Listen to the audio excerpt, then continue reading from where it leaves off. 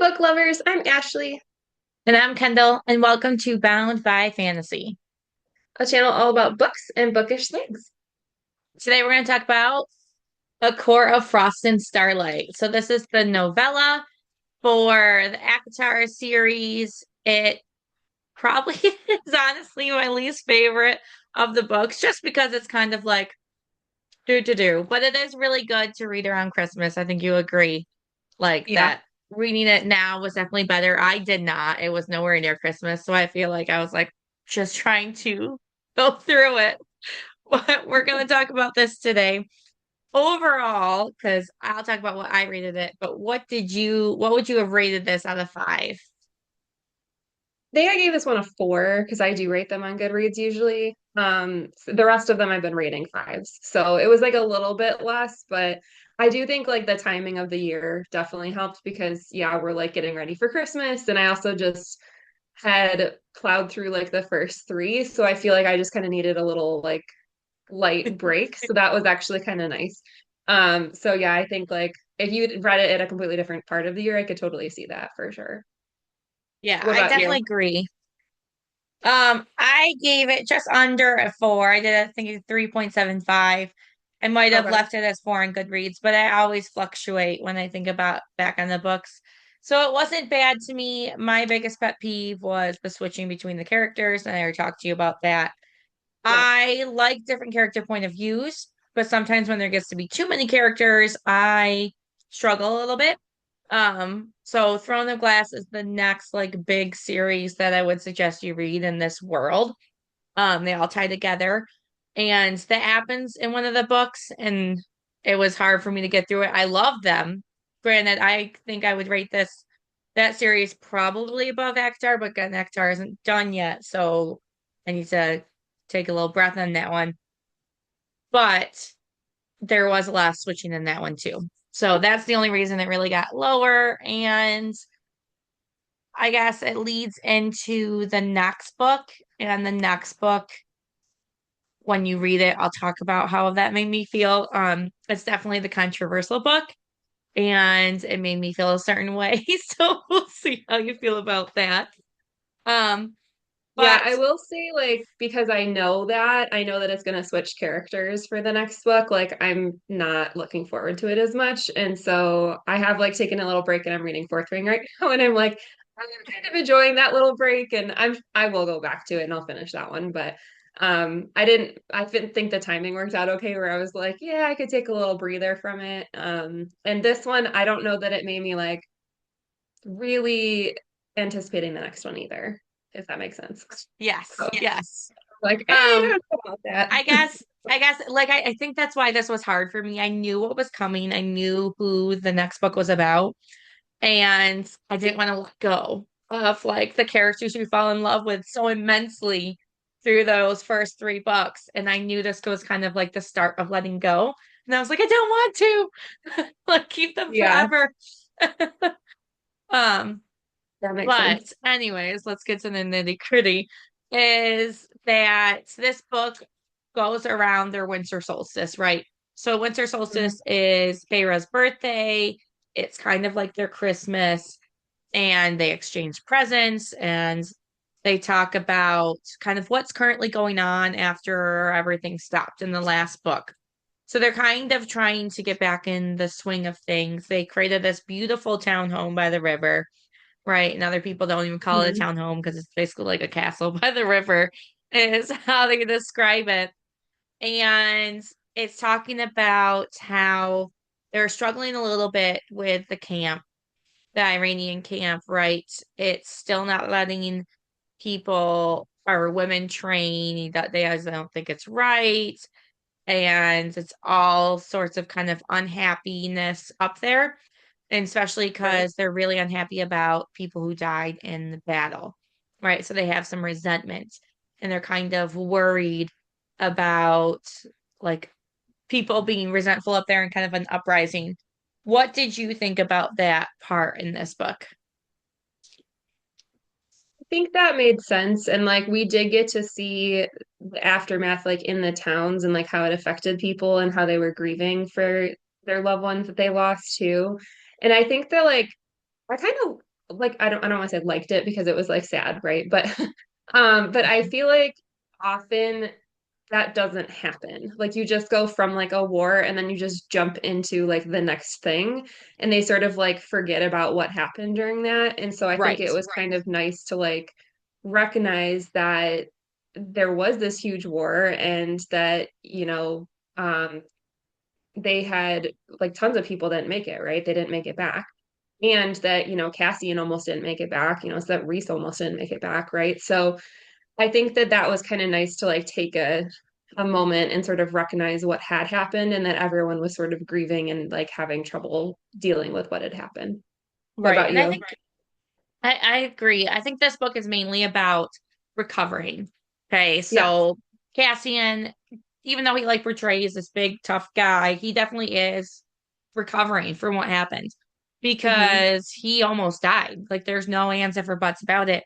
If he hadn't Right. flown to Nesta, he would have been gone.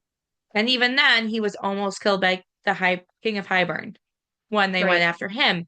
So he's definitely dealing with stuff, and we kind of see his background in there. And I did enjoy his background and kind of seeing like when he flies to the village that is destroyed because that's where his mother was from, and they never told him what happened to her. They just told him that she died, so he doesn't like even have a body to grieve with her. That was Right. interesting to find out.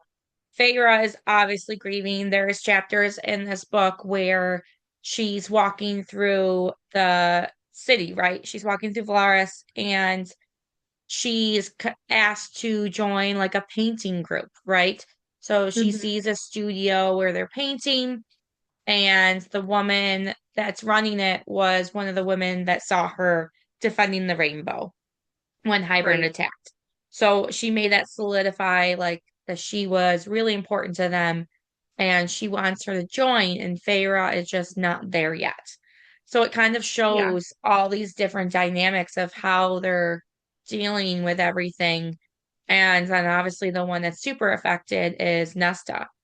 And it Right. part of the book is about her and how she can't like go into a bathtub and the fireplace and just all these things that are affecting her, and she's going out and getting really drunk and being with people and that's just how she's coping. Yeah. I guess ah, I don't know. Like it's controversial. Nessa just doesn't do it for me. She never has been. I can't get past her being an older sister and not helping her younger sisters and like favoritizing Elaine. That just it really bothers me. It's almost like she resents Feyre finding a family that cares about her in a sense. I don't know if you got that, but it bothers me in that aspect. Yeah, so I don't know. That really threw me off, like Nesta's reaction, because like so Feyre and Reese came back and they're focused on like helping everybody. Like Feyre's going Mhm. around and she's volunteering, she's bringing blankets to people, right? She's like trying to like just help everybody recover. Reese is too. They're trying to like answer all these letters from people and like trying to help and everything. And Nesta just shuts everyone out, including Elaine, which that was really odd to me because like Elaine has always been like that person for her that like it doesn't matter what's going on, like she'll always talk to her.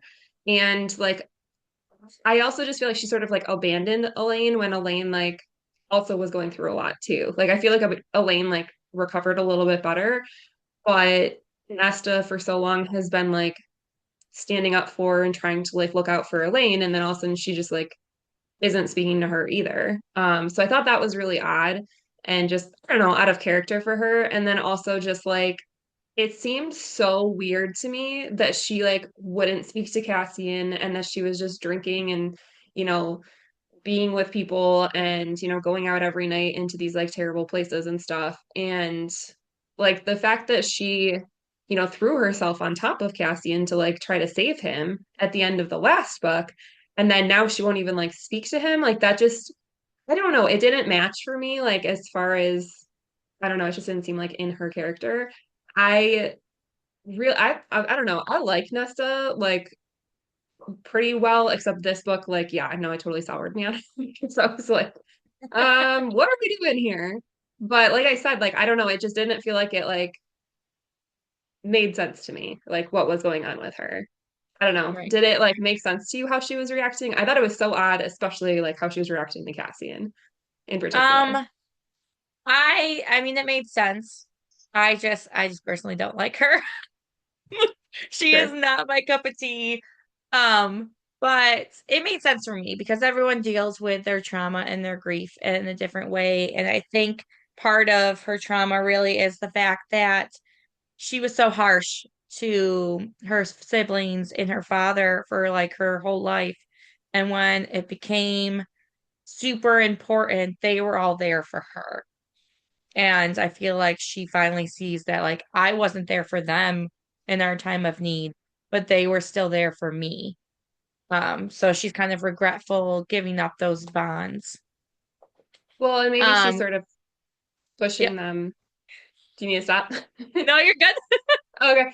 Um, Maybe she's sort of like trying to push them away because they have tried to take care of her for forever. And like maybe she's just like, I need to deal with this by myself and I don't want to burden them with it. Like I think that is part of where it's coming from. Um, I don't know. It was still frustrating to see her completely shut everybody out though, and just be like so nasty to them when they were reaching out to her as well. Yes. Yes. Yeah. So that keeps going, but so I don't want to delve too much into it because I want to give too much away, but that does keep going. Another thing that we saw in this book is a little bit more on Moore, right? She goes Mhm. into Hewn City to see her father and Eris talks about that like time, that really bad time where he left her to die.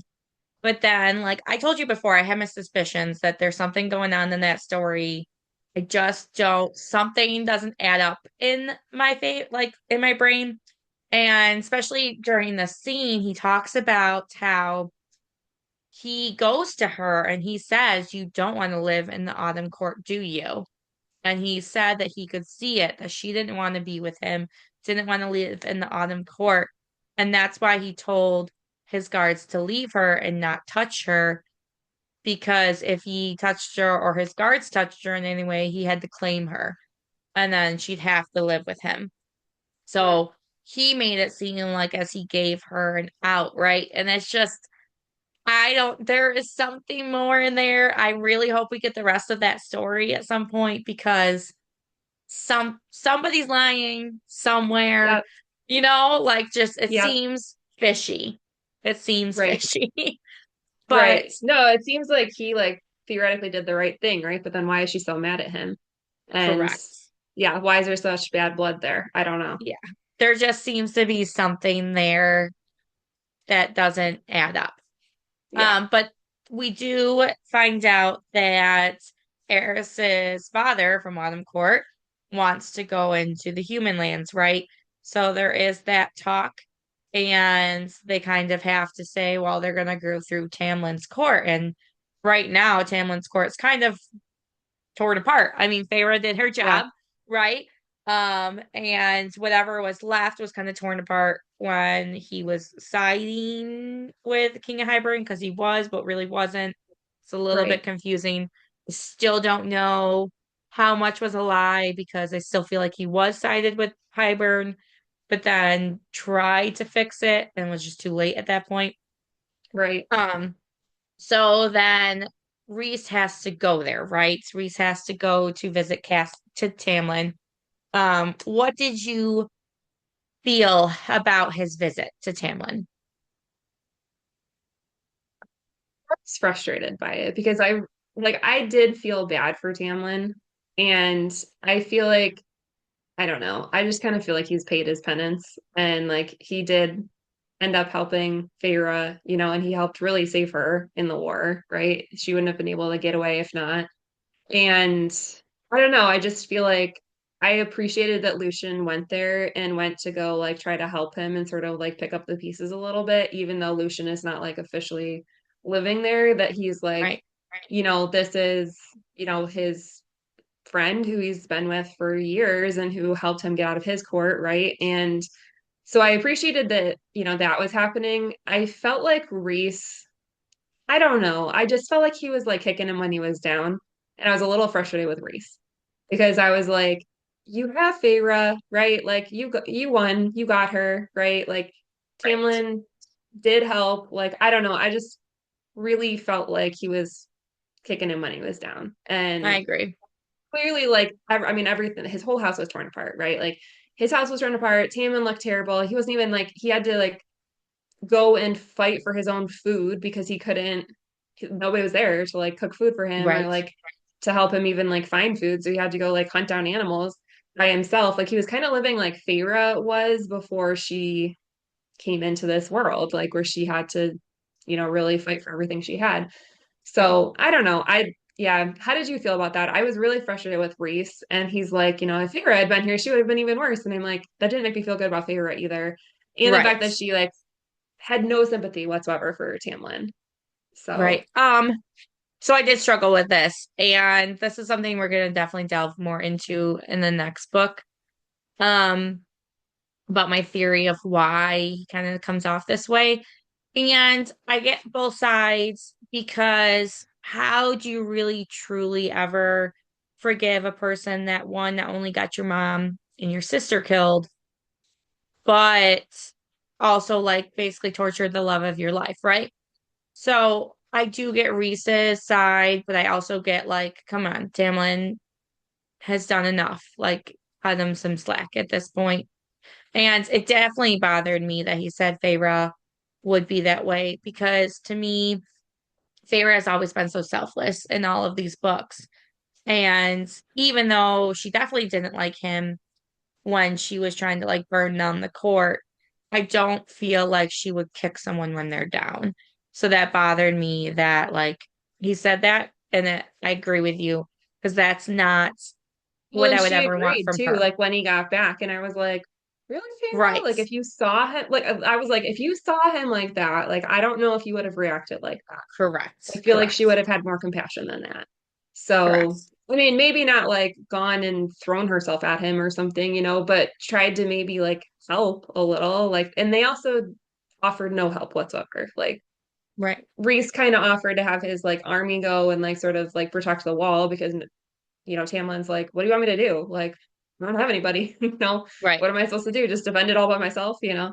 Um, so I don't know, but I just feel like and I wish Tamlin had taken him up on that. I thought like maybe that could have been like a bridge for them to sort of Hmm. like get to a better place a little bit. I Um, agree. but I mean, Reese was being terrible to him. I get it too. So yeah, I don't know. That part was hard. Right.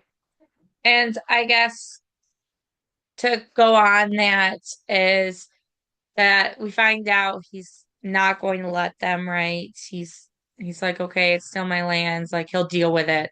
It kind of like it left in a really weird situation. Hmm. And I feel like Reese felt the same way. It just feels weird, like we don't know for sure that he's gonna do, like protect his lands. So he ends up sending more away for negotiations in other courts. And that, I don't know. It gets a lot kind of more complicated in the next book. Um, I don't want to say too much because I don't want to ruin it, but it just starts. I feel like that started a domino effect of where he's like, I need you to help with all the treaty negotiations. I need you to go to the other courts. So I just thought it was interesting, and I thought it was interesting he picks more because something just screams something about her. Like, I don't know. I don't know what it is. I can't put my finger on it. I just, something I'm like, oh, that's interesting. You're sending more to all these places to like help with the treaties. I mean, how did you feel about that? Yeah, I'm not sure. I guess I'm waiting to see like what comes out of that. I did appreciate that she said like, "Are you ordering me to go?" And Reese was like, "Nothing's ever in order. Like you can choose to go or not." And so I did appreciate that, but I don't know. Yeah, I'm not sure what's going to come from that. So I guess I'm interested to see like what happens from there because also we haven't seen her in any sort of negotiation role all so far, Hmm. right? So, I mean, and also like he has said that like she's the one he sends in at the, last second in a war to like end the war, which makes me think she's not gonna be the best negotiator. So I'm Right. like, why her? Yeah, I'm not sure. Um, I think that like he sensed that Moore kind of needed to get away for a little bit though. And I think he was trying to give her like that out to like give her some space. Yeah. I just, a part of me that also, like, I don't know, little, I don't know, feelers about more, I guess, is this other thing where she goes to her estate, right? An estate that she's owned for 300 years and has kept That a they don't know secret. about. Yeah, And that bothers me. That right there bothered me. right, Why do you have this estate and you've had it for so long right, and no one knows about it? Like, I don't know. Like them knowing she has a space to go that's hers, that it's her escape place. That's one thing. But to right, like keep this secret for 300 years doesn't sit right with me right. because what else is she keeping? You know? Well, and it's like her sexual orientation too, right? Like Hmm. she kept that from them for so long and like really dragged Az around through the mud for years, and it's like, why? Like, I don't know. I could see at the beginning, it makes sense, right? But she's been away from her parents for a long time, right? And maybe she, like, at the beginning wasn't sure she could trust them with her having her own estate. Like, I don't know. But yeah, 300 years, that's a really long time to not have told them about it. Yes, I agree. I don't know. It's just something just doesn't sit right with me with that. I just Yeah. feel like she's holding a lot of secrets to be like this, like God of truth or whatever she's called. So it's just, I don't know. It doesn't sit right with me. Something seems sketchy. Yeah. Um, and Agreed. then just like it kind of, I don't know. It's just like it's a lead up. It's leading up. It's leading up to more being gone. It's leading up to issues in the Iranian camp with the females and they're wanting to train all this stuff that goes on into the next book and deals with stuff in the next book. And obviously, you know who the next book's about, right? Nesta and Cassian, right? Yeah, it is. Okay. Which is That's what I why thought. it switches to their roles a lot in this book. And the big part is like Nesta is grieving a lot in this book and she's just not handling herself right. She's getting drunk. And I guess that's why I don't like her. She just feels like things are owed to her, that she did all of this.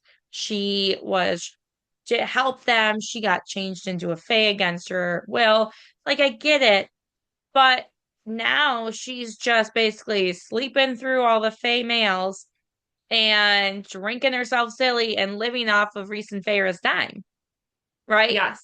Yeah. And she doesn't even have the respect enough to come to Solstice.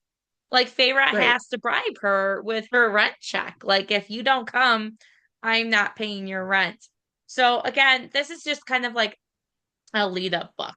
So it's like happy Yeah. in a sense that they get together. They have this beautiful celebration. It talks about like the silly gifts that they give each other and how Moore is a terrible gift giver and can't Yes, that was funny. I thought that was hilarious.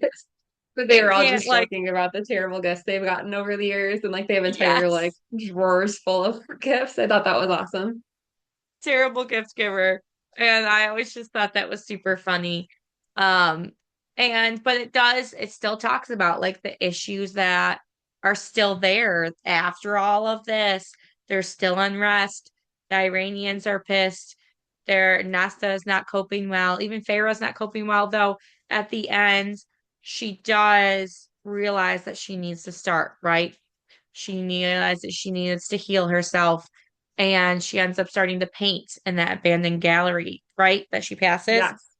Yeah. And the beautifulness is that she is gifted it at the end, and she realizes she wants to use art as therapy for kids because she finally, when she starts really painting, when she starts getting back into the swing of painting, she realizes Yeah. how great that was for herself and how she healed through painting. And she knows that there's children affected by trauma. I mean, they just had Hybern attack the city that they were safe in for years and years. So she wants to reach out and help it. And I think that's a great character beat. Again, it shows her selflessness. And it's just showing that Feyre's healing. Reese, he definitely has some issues going on. He hasn't healed, and there's no indication that he needs to heal, but I think he does. Um, Cassian obviously is dealing with stuff and he's going to continue to deal with stuff. So it's leading into his needing more. But it kind of solidifies that Reese and Farah are going to be okay at the end, right? Yeah. I They're loved okay. Feyre's idea to do the like gallery for the kids. Like I thought that was so cool. And the fact that she was like, they don't even have to keep the paintings. Like they can just we can burn them, they can throw them Right. out, like whatever works for them. Like if they want to keep them, they can, but if not, I also thought like because she tried to pay for the gallery and they said like no. So I thought that Hmm. was such a great way for her to like give to the community because clearly they could have afforded it, right? Like she could have paid for it. So I loved that like, she was using it not just for herself, but that she was gonna like give back to the community and make it like this beautiful thing for the family who, they lost their loved one and that's why she bought the gallery. So I thought that Yes. was amazing. I also loved the gift that she created and like that first painting she created that she gave to Reese as well. And I was like surprised, I guess, with what she painted. Were you surprised? Yes and no. I like I said, she's kind of working through herself with the paintings, right? So I guess I wasn't. I was surprised it was the first thing she painted, that she painted like what she saw in the mirror. And that was the very first thing, like after everything that happened, that was the first thing that she like thought to paint. I guess that like stuck out to me. I think Um, that's was her biggest coping is again that shows all of the darkness to her, like it shows her true yeah, self, all the lies, the things she hides. And I think that was how she coped with it, right? She coped right. with it by finally being able to look at part of herself that she doesn't want to look at, something Hmm. that the other characters aren't doing yet, right? Moore is clearly That's not true. doing it. Nest is clearly not doing it. Cassian still struggles to do it. He tries, but he's still struggling. So it's something that the other big characters in this book don't do, right? So I think that is kind of where she went with this, is that she did this in the sense that showing that Feyre is able to look at her bad self and heal, and the other ones are not. And that's where we're going to continue. We're going to continue to look at these characters and see if they can get to Feyre's point where she is still traumatized, but healing better than they are. Yeah. Well, and I love that she gave that to Reese. Like I thought that was like she really like Yes. opened up her whole self to him. And so I thought that was just such a beautiful like gift that she got. And then that like, she talked about how she really, he was like, paint, like I want you to paint. And she's like, there's just not good lighting. So he like buys her the castle by the Yes. water to be able to do that. And I'm like, that's so beautiful, and he tells her like build it however you want, but also like build it so that our family can come and that, it's big enough for our family and everyone can be there. So that was really awesome. One of the other gifts that like stood out to me too was Cassian like tried to give Nesta something and like tried to like chase her down and even like followed her like kind of secretly home, but just to make sure she got home okay. But we never find out what he was going to give her, and that like drove me crazy because I really wanted to know what it was.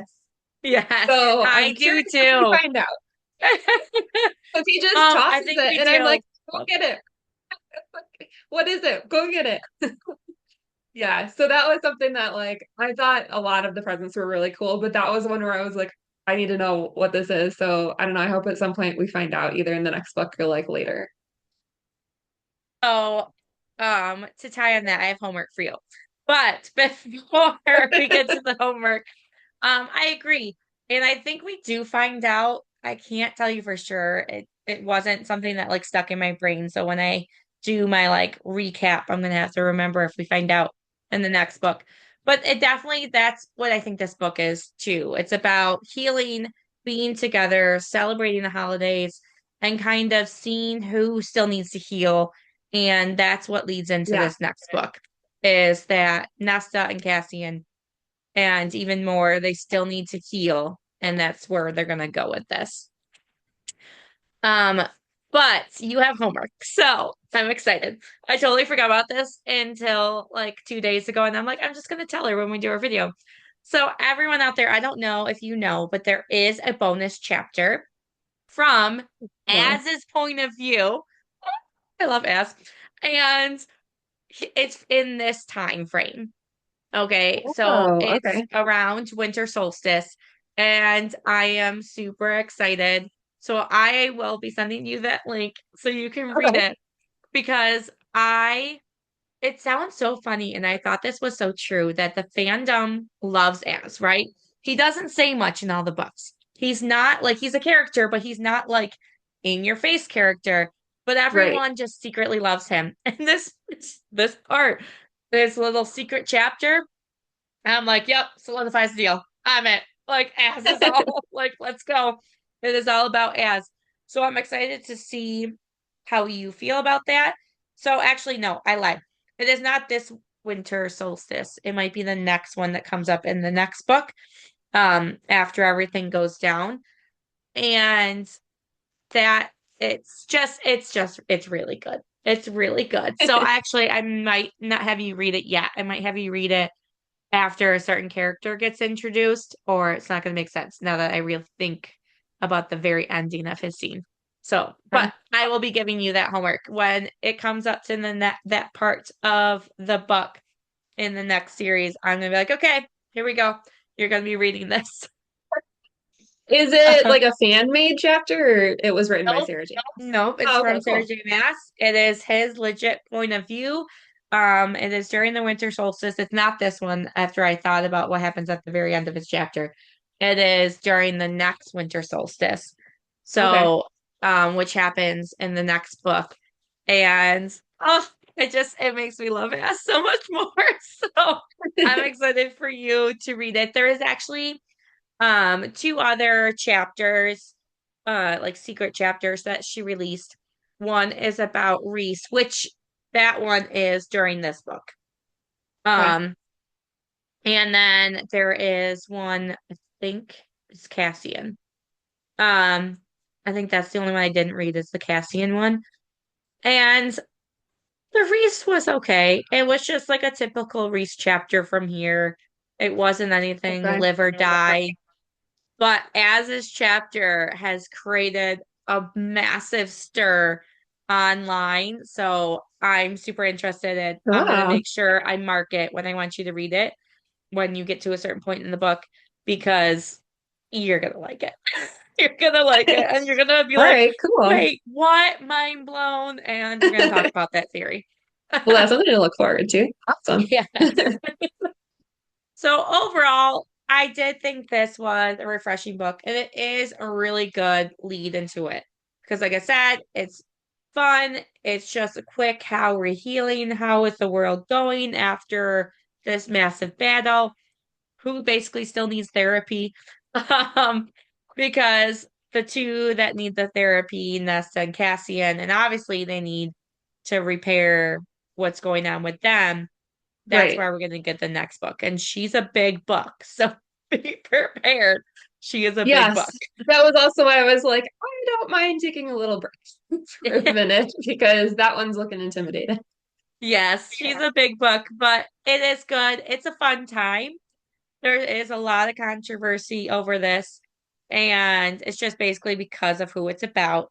But we'll get more into that when we go over that. Sounds good. Looking forward to it. So if you like what you saw today, please don't forget to subscribe, hit the bell, and join us, fellow bookworms. We will be continuing the series. We are going to take a quick hiatus because we all know what happens on January 21st. The world's going to stop. We are finishing our fourth wing. Third book comes Yes. out. We're taking that hiatus. So we're going to also do that. We'll do some videos on Fourth Wing and Iron Flame as well, but we are going to take a pause on this, which is a good time to pause because it's not a super fast need to continue this series. And so make sure you look out for those. Yes. Looking forward to Fourth Wing and the new Fourth Wing coming out. Yes. Onyx and Storm. Looking forward to it.